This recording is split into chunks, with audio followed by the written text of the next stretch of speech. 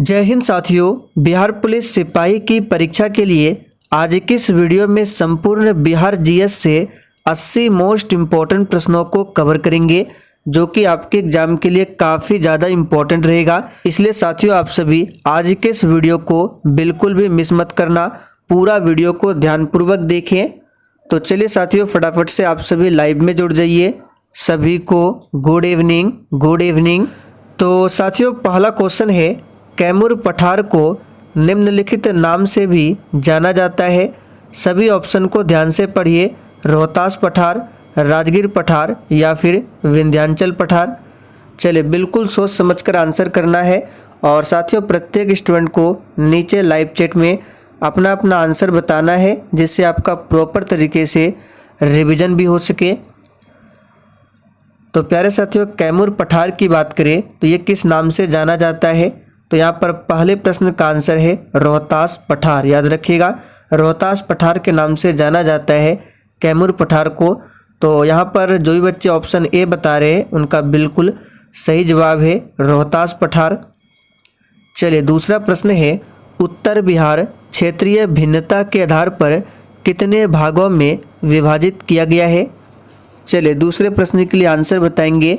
उत्तर बिहार क्षेत्रीय भिन्नता के आधार पर बिहार को कितने भागों में विभाजित किया गया है? तो याद रखिएगा 4 भागों में विभाजित किया गया है। चलिए आगे देखिए, चीनी यात्री ह्वेनसांग ने किसके शासनकाल में संपूर्ण बिहार की यात्रा की थी? बहुत ही शानदार लेवल का क्वेश्चन है, फटाफट से आंसर कीजिए। ह्वेनसांग ये कहाँ का यात्री था? तो चीन का यात्री था। और ये किसके शासनकाल में संपूर्ण बिहार की यात्रा की थी? तो यहाँ पर तीसरे प्रश्न का आंसर जो भी बच्चे लाइव चैट में ऑप्शन सी बता रहे हैं उनका बिल्कुल सही जवाब है हर्षवर्धन के समय में। ध्यान रखना है। और ह्वेनसांग की बात करें तो इनकी एक प्रसिद्ध पुस्तक है सी यू की। यहाँ पे लिख देते हैं सी यू की। अगर आपसे पूछे कि सी यू की ये किसकी पुस्तक है तो ये ह्वेनसांग की पुस्तक है।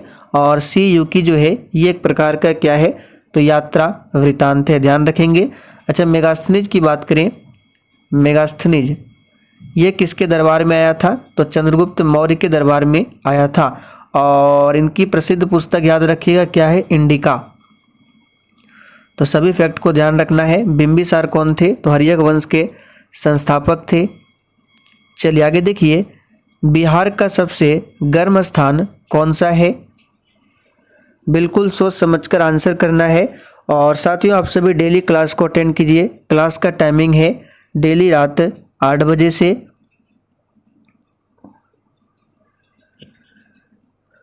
तो साथियों बिहार का सबसे गर्म स्थान की बात करें तो ये गया जिला है। ध्यान रखना है क्या है? गया जिला।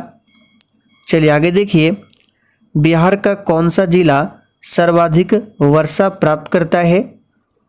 चलिए 5 के लिए फटाफट से आंसर बताएंगे। बिहार का ऐसा कौन सा जिला है जो सर्वाधिक वर्षा प्राप्त करता है? तो याद रखिएगा 5वें प्रश्न का सही जवाब है किशनगंज। ये जो है सबसे अधिक वर्षा प्राप्त करता है। चलिए आगे देखिए, बिहार के लगभग कितने प्रतिशत क्षेत्रफल पर जलोढ़ मृदा पाई जाती है? चलिए ये प्रश्न आपके एग्जाम के लिए वेरी इंपॉर्टेंट रहेगा। आप सभी स्टार मार्क करके रखें। बिहार के लगभग कितने प्रतिशत क्षेत्रफल पर जलोढ़ मृदा पाई जाती है? तो याद रखिएगा 90% पर। नेक्स्ट है, बिहार बंगाल से कब पृथक हुआ था?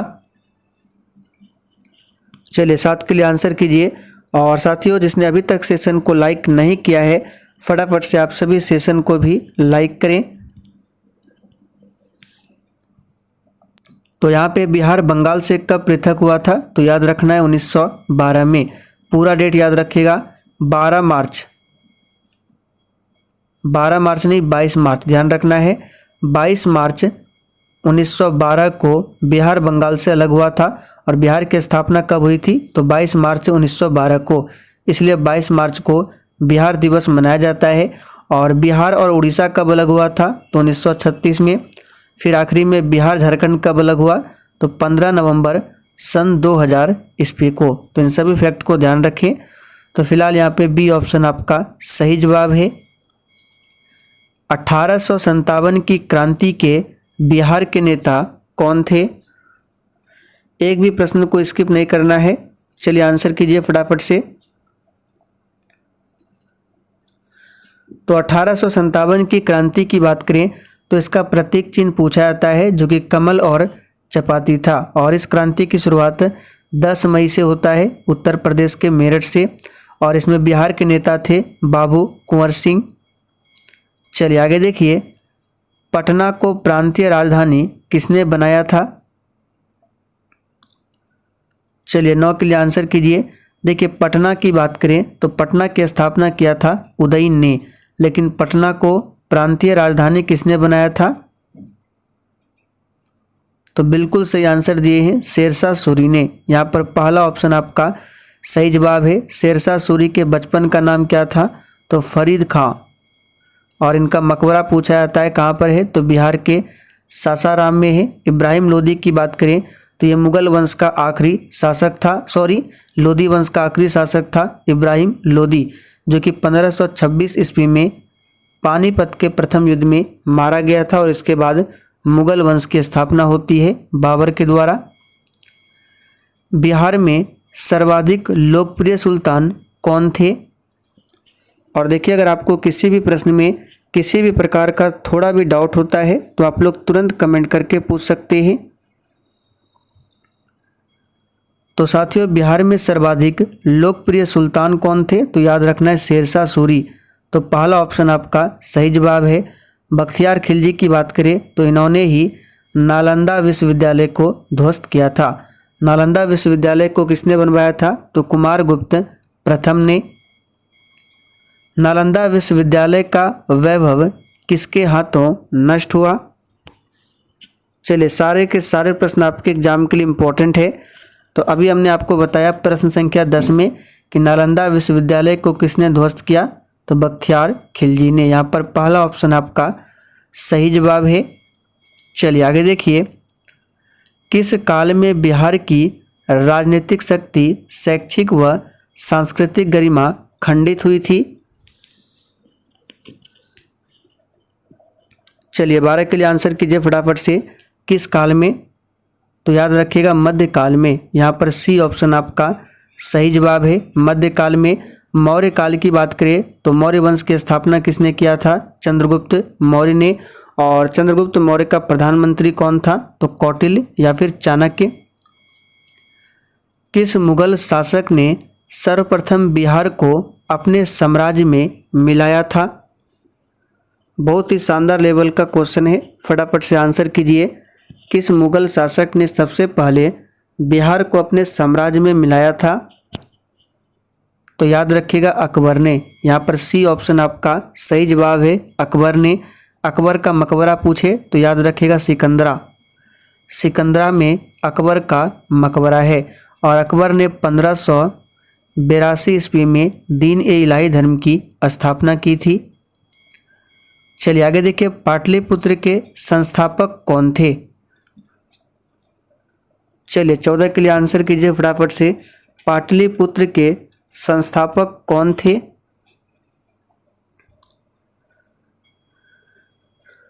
तो साथियों पाटलिपुत्र की बात करें तो इसके संस्थापक कौन थे? तो उदयन। कौन थे? उदयन थे। और पटना को प्रांतीय राजधानी किसने बनाया था? तो शेरशाह सूरी ने। चलिए आगे देखिए, पाटलिपुत्र में स्थित चंद्रगुप्त का महल मुख्यतः बना था ईंटों का, मिट्टी का, लकड़ी का या फिर डी पत्थर का? तो यहाँ पर आंसर क्या हो जाएगा? पाटलिपुत्र में जो चंद्रगुप्त का महल बना था ये लकड़ियों का बना था। यहाँ पर सी ऑप्शन आपका सही जवाब है, लकड़ियों का। चलिए आगे देखिए, पाटलिपुत्र में इनमें से किस शासक ने सर्वप्रथम अपनी राजधानी बनाई थी? तो देखिए प्रांतीय राजधानी बनाया था शेरशाह सूरी ने, लेकिन इन चारों ऑप्शन में से सबसे पहले किसने बनाया था? तो चंद्रगुप्त मौर्य ने। चलिए आगे देखिए, बिहार में 1857 की क्रांति का नेता कुंवर सिंह का देहांत कब हुआ था? चलिए 17 के लिए आंसर कीजिए फटाफट से। तो कुंवर सिंह का देहांत कब हुआ था, तो याद कर लीजिए, इंपॉर्टेंट डेट है 9 मई 1858 को। चलिए आगे देखिए, और जो 1857 की क्रांति है ये किसके समय में हुआ था, तो याद रखिएगा लॉर्ड कैनिंग के समय में, लॉर्ड कैनिंग के समय में। आगे देखिए, बिरसा मुंडा का कार्य क्षेत्र कौन सा था। और प्यारे साथियों, सेशन के लास्ट में आप सभी को कमेंट करके अपना अपना स्कोर जरूर बताना है कि आपने कितने प्रश्नों के सही सही आंसर दिए हैं। तो बिरसा मुंडा का कार्य क्षेत्र कौन सा था, तो याद रखिएगा रांची, जो कि झारखंड की राजधानी है रांची। आगे देखिए, स्वामी सहजानंद का संबंध किससे था। चलिए एग्जाम के लिए काफ़ी ज़्यादा इम्पोर्टेंट प्रश्न रहेगा, स्टार मार्क करें आप सभी। स्वामी सहजानंद का संबंध, तो याद रखिएगा बिहार के किसान आंदोलन के साथ स्वामी सहजानंद का संबंध था। तो यहाँ पर सी ऑप्शन जो ही बच्चे बता रहे हैं उनका बिल्कुल सही जवाब है।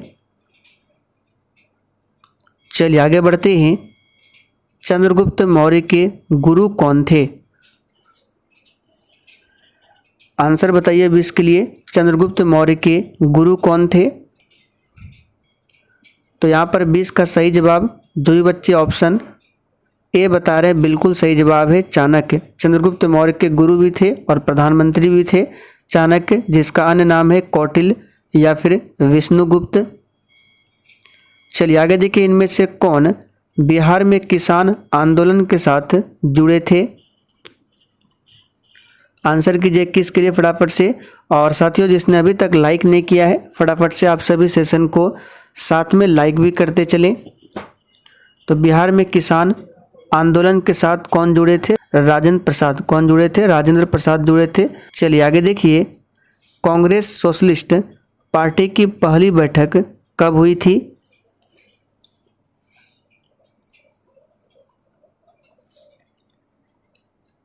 तो साथियों यहाँ पर 22 का आंसर क्या हो जाएगा, कांग्रेस सोशलिस्ट पार्टी की पहली बैठक जो है ये कहाँ पर हुई थी, तो याद रखिएगा पटना में। यहाँ पर सी ऑप्शन आपका सही जवाब है, पटना में। और पटना के बांकीपुर में याद रखना है 1912 में भारतीय राष्ट्रीय कांग्रेस की पहली बैठक होती है पटना में। याद रखिएगा बिहार में पहली बैठक कांग्रेस का ये 27वां अधिवेशन था। तो ध्यान रखना है कांग्रेस का 27वां अधिवेशन और बिहार में पहली बार हुआ था 1912 में। कहाँ पर, तो पटना के बांकीपुर में। बिहार में दूसरा अधिवेशन होता है गया में, इसे भी ध्यान रखिएगा 1922 में। चलिए आगे बढ़ते हैं, श्री नरसिंह नारायण क्या थे। समाजवादी थे, साम्यवादी थे, अंतर्राष्ट्रवादी थे या फिर राष्ट्रवादी थे। तो साथियों यहाँ पर 23 का आंसर हो जाएगा, श्री नरसिंह नारायण जो थे याद रखना है समाजवादी थे। तो यहाँ पर पहला ऑप्शन आपका सही जवाब है। चलिए आगे देखिए, जयप्रकाश नारायण किस पार्टी से संबंधित थे। तो देखिए जयप्रकाश नारायण की बात करें तो इन्होंने ही एक नारा दिया था। कौन सा नारा दिया था, तो संपूर्ण क्रांति का नारा। तो किसने दिया था, जयप्रकाश नारायण ने। जयप्रकाश नारायण को लोक नायक की उपाधि दी गई है। और जयप्रकाश नारायण किस पार्टी से संबंधित थे, तो यहाँ पर 24 का सही जवाब है समाजवादी पार्टी से।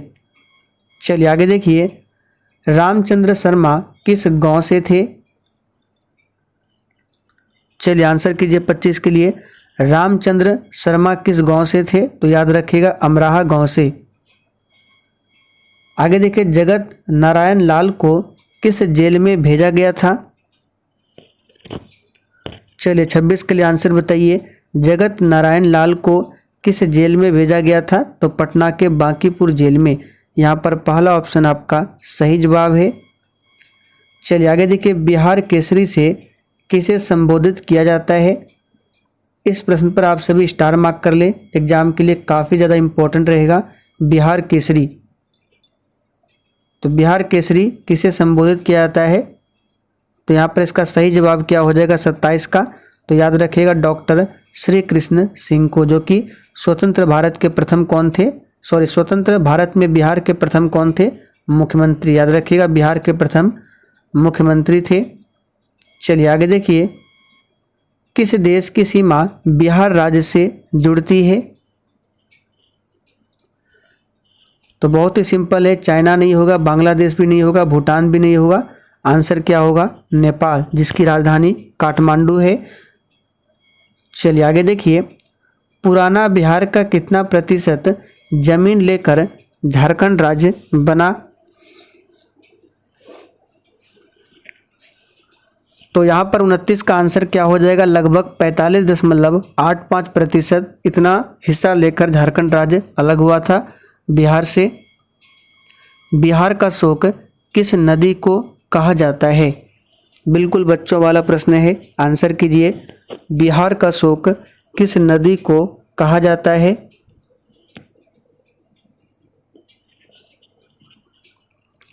तो साथियों याद रखिएगा, कोसी नदी को बिहार का शोक कहा जाता है। दामोदर नदी को बंगाल का शोक कहा जाता है। बिहार में बहने वाली नदियों में किसका उद्गम अमरकंटक में है? चलिए 31 के लिए आंसर कीजिए। बिहार में बहने वाली नदियों में किसका उद्गम जो है वो अमरकंटक में है। तो याद रखिएगा, इसका सही जवाब है सोन नदी का उद्गम कहाँ पे है? तो अमरकंटक से है। तो बी ऑप्शन आपका सही जवाब है। संपूर्ण बिहार राज्य स्थित है मैदानी क्षेत्र में, ताल क्षेत्र में, पठारी क्षेत्र में, या फिर इनमें से कोई नहीं। चलिए 32 के लिए आंसर कीजिए। तो देखिए साथियों, बिहार की बात करें तो हमारा जो संपूर्ण बिहार है ये मैदानी क्षेत्र में क्या है? स्थित है। तो यहाँ पर पहला ऑप्शन आपका सही जवाब है। आगे देखिए, बिहार में तेल शोधक कारखाना कहाँ पर है? चलिए 33 के लिए आंसर कीजिए आप सभी। बिहार में तेल शोधक कारखाना कहाँ पर है? तो याद रखिएगा ये बरौनी में है। नेक्स्ट है, बिहार की कौन सी नदी पर बहुउद्देशीय परियोजना का निर्माण कार्य किया जाता है? गंगा, पुनपुन, फाल्गु नदी या फिर कोसी नदी पर? तो कौन सी नदी है? तो याद रखिएगा ये है कोसी नदी, जिसे बिहार का शोक भी माना जाता है। आगे देखिए, किस फसल के उत्पादन में बिहार जो है देश में सबसे आगे है?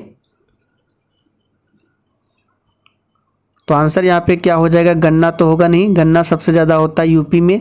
और यहाँ पे आंसर हो जाएगा मखाना, मखान नहीं होगा। इस तरह से मखाना उत्पादन में बिहार जो है ये पूरे देश में क्या है? सबसे आगे है। कोयले का अनुमानित भंडार कितना है? बिल्कुल टॉप लेवल का क्वेश्चन है, आंसर कीजिए। बिहार में कोयले का अनुमानतः भंडार कितना है? तो सही जवाब इसका हो जाएगा 16 करोड़ टन। ध्यान रखना है, 16 करोड़ टन है। पूर्वी मध्य रेलवे का मुख्यालय कहाँ पर स्थित है? ये प्रश्न भी काफ़ी बार पूछा गया एग्जाम में, इस पर भी आप सभी स्टार मार्क कीजिए। पूर्वी मध्य रेलवे का हेडक्वार्टर। तो यहाँ पर 38 का सही जवाब क्या हो जाएगा? हाजीपुर में है पूर्वी मध्य रेलवे का हेडक्वार्टर। चलिए आगे देखिए, बिहार में केला उत्पादन का प्रसिद्ध क्षेत्र कौन सा है? आंसर बताइए 39 के लिए। बिहार में केला उत्पादन का प्रसिद्ध क्षेत्र कौन सा है? तो साथियों यहाँ पर 39 का आंसर क्या हो जाएगा? ये क्या है? तो हाजीपुर है। चलिए आगे देखिए, मखाना की खेती के लिए देश का अग्रणी राज्य कौन सा है? अब यहाँ पर सिर्फ क्वेश्चन का लैंग्वेज चेंज किया गया है, क्वेश्चन वही है। तो याद रखिएगा बिहार सबसे आगे है। ककोलत जलप्रपात, वेरी इंपॉर्टेंट क्वेश्चन है, स्टार मार्क कीजिए फटाफट से। बार बार पूछा जाता है कि ककोलत जलप्रपात ये बिहार के किस जिले में स्थित है। और साथियों कल हम लोग बिहार करंट अफेयर्स को करने वाले हैं, जो कि आपके एग्जाम के लिए काफ़ी ज़्यादा इंपॉर्टेंट रहेगा। तो उसे आप लोग एग्जाम से पहले ज़रूर देख लें। इसलिए जितने भी जो चैनल पर पहली बार आए हैं, आप लोग चैनल को सब्सक्राइब करके और साथ में बेल आइकन को ज़रूर प्रेस कर लें, जिससे आपसे वो सेशन मिस ना हो। तो 41 का सही जवाब हो जाएगा आपका ऑप्शन बी, ये नवादा जिला में है ककोलत जलप्रपात। झीलों में से कौन सी बिहार में स्थित है? तो सांभर झील की बात करें, ये तो राजस्थान में है, ये तो होगा नहीं। और कामा झील की बात करें ये महाराष्ट्र में है, तो आंसर हो जाएगा अनुपम झील। ये कहाँ पर है? तो बिहार में है अनुपम झील। आप लोग कमेंट करके बताइए सुखना झील ये किस राज्य में है? नालंदा विश्वविद्यालय किस लिए विश्व प्रसिद्ध था? आंसर कीजिए नालंदा विश्वविद्यालय जिसको बनाया था कुमारगुप्त ने। और विक्रमशिला विश्वविद्यालय को किसने बनवाया था? तो धर्मपाल ने। तो यहाँ पर 44 का आंसर हो जाएगा बौद्ध धर्म दर्शन के लिए प्रसिद्ध था नालंदा विश्वविद्यालय। आगे देखिए नालंदा विश्वविद्यालय के विनाश का कारण कौन था? चलिए आंसर कीजिए 45 के लिए फटाफट से। नालंदा विश्वविद्यालय के विनाश का कारण कौन था? तो बख्तियार खिलजी, जो कि कौन था? मुसलमान था। बिहार आने वाला प्रथम अंग्रेज यात्री कौन था? चलिए 46 के लिए आंसर कीजिए। बिहार आने वाला पहला अंग्रेज यात्री कौन था? तो यहाँ पर आंसर हो जाएगा राल्फ फिच। ध्यान रखना है ये बिहार आने वाले प्रथम अंग्रेज यात्री थे राल्फ फिच। अंतिम मौर्य सम्राट कौन था? देखिए मौर्य वंश की बात करें तो इसकी स्थापना चंद्रगुप्त मौर्य ने किया था। मौर्य वंश का आखिरी शासक था वृद्धरथ, और वृद्धरथ की हत्या किसने किया था? तो पुष्यमित्र शुंग ने। और इस प्रकार से मौर्य वंश के बाद आता है शुंग वंश, जिसकी स्थापना किसने किया था? तो पुष्यमित्र शुंग ने। गुप्त सम्राट जिसने हुनों को पराजित किया था वे कौन थे? चलिए 48 के लिए आंसर कीजिए फटाफट से। गुप्त सम्राट जिसने हुनों को पराजित किया था वे कौन थे? तो याद रखिएगा स्कंदगुप्त। कौन थे? स्कंदगुप्त थे। यहाँ पे सही कर लेंगे स्कंदगुप्त। समुद्रगुप्त को भारत का नेपोलियन कहा जाता है और इसके दरबारी कवि कौन थे? हरिसेन। याद रखिएगा हरिसेन समुद्रगुप्त के दरबारी कवि थे। आगे देखिए सम्राट अशोक के पिता कौन थे?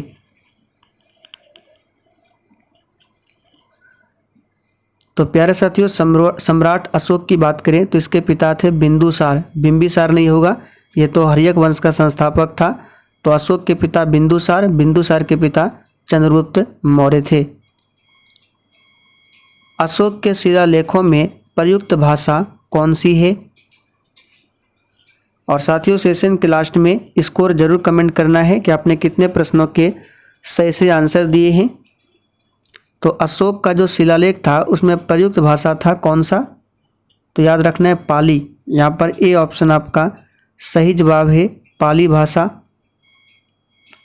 चलिए आगे देखिए किस काल में पत्थर के औजार सबसे पहले पाए गए थे? आंसर बताइए क्या बन के लिए किस काल में पत्थर के औजार सबसे पहले पाए गए थे? तो याद रखिएगा इसका सही जवाब है ऑप्शन, यहाँ पे क्या बन का आंसर क्या हो जाएगा? तो पूरा पाषाण काल में। याद रखिएगा पूरा पाषाण काल में पत्थर के औजार सबसे पहले पाए गए थे। चलिए आगे देखिए वह स्रोत जिसमें पाटलिपुत्र के प्रशासन का वर्णन उपलब्ध है वह क्या है? आंसर बताइए फटाफट से। वह स्रोत क्या है जिसमें पाटलिपुत्र के प्रशासन के बारे में जानकारी मिलती है? तो वह है इंडिका, जो कि किसका ये पुस्तक है? तो इंडिका जो है मेगास्थनीज की पुस्तक है, जो कि चंद्रगुप्त मौर्य के दरबार में आया था। अजातशत्रु के वंश का नाम क्या था? तो बहुत ही सिंपल है, अजातशत्रु किसके पुत्र थे? तो बिंबिसार के। तो बिंबिसार हर्यक वंश का संस्थापक था। तो आंसर क्या हो जाएगा? हर्यक। अजातशत्रु किस राज्य को पराजित नहीं कर सका?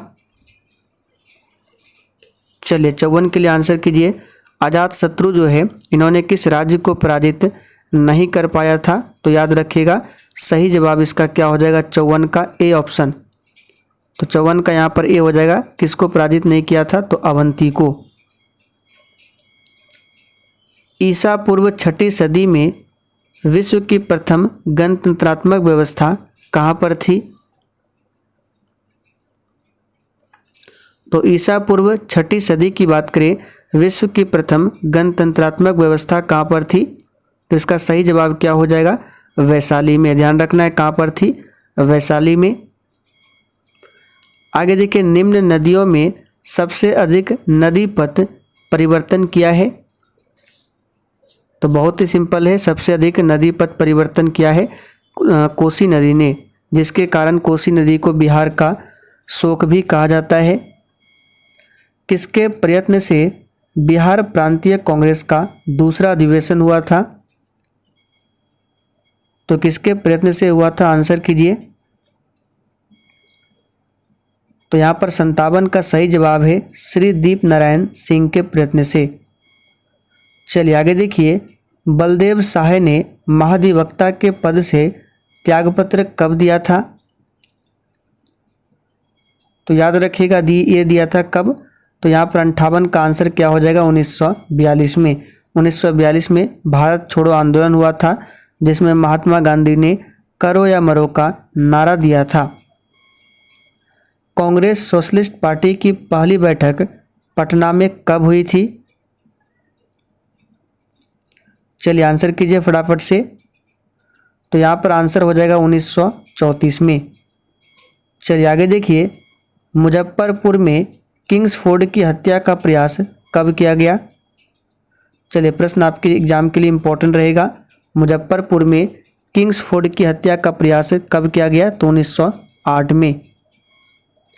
आगे देखिए, पटना कलम अथवा पटन शैली का अंतिम चित्रकार किसे माना जाता है? तो साथियों, पटना कलम अथवा पटन शैली का अंतिम चित्रकार जो माना जाता है, याद रखिएगा इम्पोर्टेंट प्रश्न है ये, ईश्वरी प्रसाद को माना जाता है। यहाँ पर सी ऑप्शन आपका सही जवाब है। बिस्मिल्लाह खां किससे संबंधित थे? देखिए बिस्मिल्लाह खां जो है ये बिहार से थे, इसलिए एग्जाम के लिए इम्पोर्टेंट भी रहेगा। तो बिस्मिल्लाह खां का संबंध किससे था? शहनाई वादन से। यहाँ पर डी ऑप्शन आपका सही जवाब है। महाकवि विद्यापति किस युग के कवि थे? देखिए विद्यापति की बात करें तो ध्यान रखना है मैथिल कोकिल कहा जाता है विद्यापति को। यह प्रश्न पूछा भी गया है कि किसे मैथिल कोकिल कहा जाता है? तो विद्यापति को। और विद्यापति किस युग के कवि थे? तो इसका सही जवाब हो जाएगा मध्यकाल के। आगे देखिए, दिनकर जी अपनी किस रचना से राष्ट्र कवि के रूप में प्रतिष्ठित हुए थे? चलिए रामधारी सिंह दिनकर तो अपनी किस रचना से? तो याद रखिएगा उर्वशी रचना से राष्ट्रकवि के रूप में प्रतिष्ठित हुए थे। जयप्रकाश नारायण किस पार्टी से थे? चलिए 65 के लिए आंसर कीजिए। जयप्रकाश नारायण किस पार्टी से थे? तो याद रखिएगा इसका सही जवाब है सोशलिस्ट पार्टी से थे। आगे देखिए, डॉक्टर राजेंद्र प्रसाद कहाँ के रहने वाले थे? देखिए डॉक्टर राजेंद्र प्रसाद कौन थे? तो स्वतंत्र भारत के प्रथम राष्ट्रपति थे और संविधान सभा की जो दूसरी बैठक हुई थी 11 दिसंबर 1946 को, इस दूसरे बैठक में अस्थायी अध्यक्ष के रूप में काम किया था किसने? तो डॉक्टर राजेंद्र प्रसाद ने। जबकि संविधान सभा की पहली बैठक 9 दिसंबर 1946 में और अस्थायी अध्यक्ष चुना गया था डॉक्टर सच्चिदानंद सिन्हा को। तो डॉक्टर राजेंद्र प्रसाद का संबंध है अपना बिहार से। राजकुमार शुक्ला किस गांव के निवासी थे?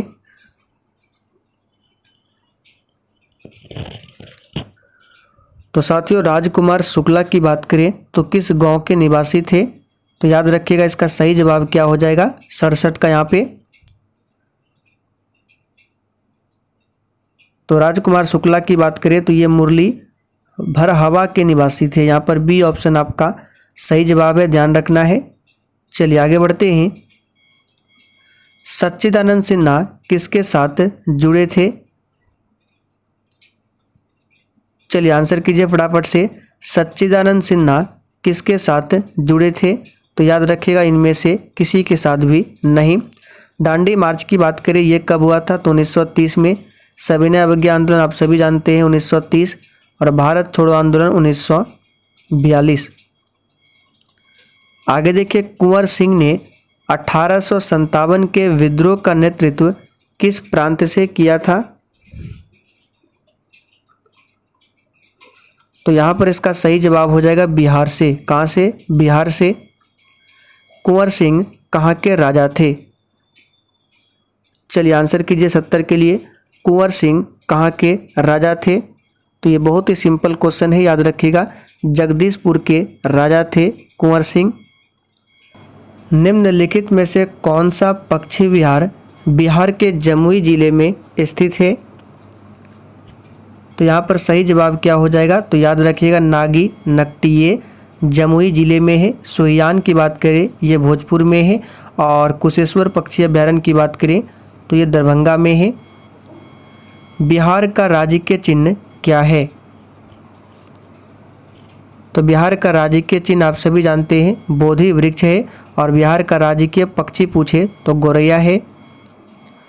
2011 की जनगणना के अनुसार बिहार की साक्षरता दर कितनी है? चलिए, वेरी इंपॉर्टेंट क्वेश्चन है। 2011 की जनगणना के अनुसार बताना है। तो ये 61.8% है। बिहार में सबसे ज़्यादा साक्षरता दर रोहतास का है और सबसे कम पूर्णिया का। रामशिला हिल्स बिहार में कहाँ पर अवस्थित है? तो प्यारे साथियों, रामशिला हिल्स की बात करें तो ये बिहार के गया में स्थित है, और गया जिला जो है बिहार का सबसे गर्म स्थान है। बिहार में लोकसभा की कितनी सीटें आरक्षित है? चलिए 75 के लिए आंसर कीजिए। तो देखिए, बिहार में लोकसभा की कुल सीटें 40 है।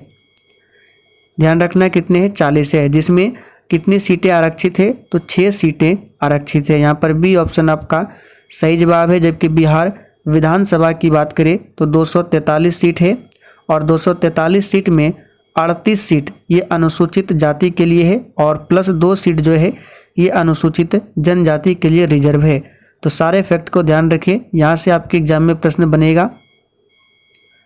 स्वतंत्रता के पश्चात बिहार के प्रथम राज्यपाल कौन बने थे? तो इस प्रश्न को हमने आपको बताया था। स्वतंत्रता के पश्चात पूछे तो बिहार के प्रथम राज्यपाल बने थे जयराम दास दौलतराम। लेकिन सिर्फ पूछे बिहार के प्रथम राज्यपाल कौन बने थे, तो यहाँ पर आपका आंसर क्या हो जाएगा? तो इसका सही जवाब हो जाएगा सत्येंद्र प्रसाद सिन्हा। निम्नलिखित में से किस अनुच्छेद के तहत बिहार वित्तीय स्थिति के पुनरावलोकन के लिए वित्त आयोग का गठन किया जाता है? तो यहाँ पे राज्य वित्त आयोग के बारे में बताना है। तो इसका सही जवाब हो जाएगा बी ऑप्शन, अनुच्छेद 243 आई। बिहार विधानसभा के प्रथम अध्यक्ष कौन थे? बिहार में विधानसभा की सीटें 243 है, और बिहार विधानसभा के प्रथम अध्यक्ष पूछे तो राम दयालु सिंह थे। लेकिन स्वतंत्रता के पश्चात पूछे तो विंध्येश्वरी प्रसाद शर्मा। हॉकी विश्व कप 2023 का खिताब किसने जीता? तो ये जीता है जर्मनी ने, और इसका आयोजन कहाँ पर हुआ था? भारत में। सबसे ज़्यादा बार हॉकी विश्व कप का खिताब किसने जीता है? तो पाकिस्तान ने जीता है। चलिए, ये आखिरी क्वेश्चन आप लोगों के लिए है, जिसका आंसर आपको नीचे कमेंट करके बताना है। हमने आपको बताया था, तो देखते कितने बच्चे इसका आंसर कर पाते हैं। ऑस्ट्रेलियाई ओपन 2023 में महिला एकल का खिताब किसने जीता? प्रत्येक स्टूडेंट को आंसर करना है। और पुरुष में पूछे तो पुरुष में किसने जीता था? तो बता देते हैं, यहाँ पे पुरुष में जीता था नोवाक जोकोविच ने, जो कि सर्बिया से है। तो चलिए साथियों, आज के लिए इतना ही। अगर आज का सेशन आपको थोड़ा बहुत भी पसंद आया हो तो प्रत्येक स्टूडेंट को कम से कम 3 दोस्तों के साथ आज के सेशन को शेयर करना है।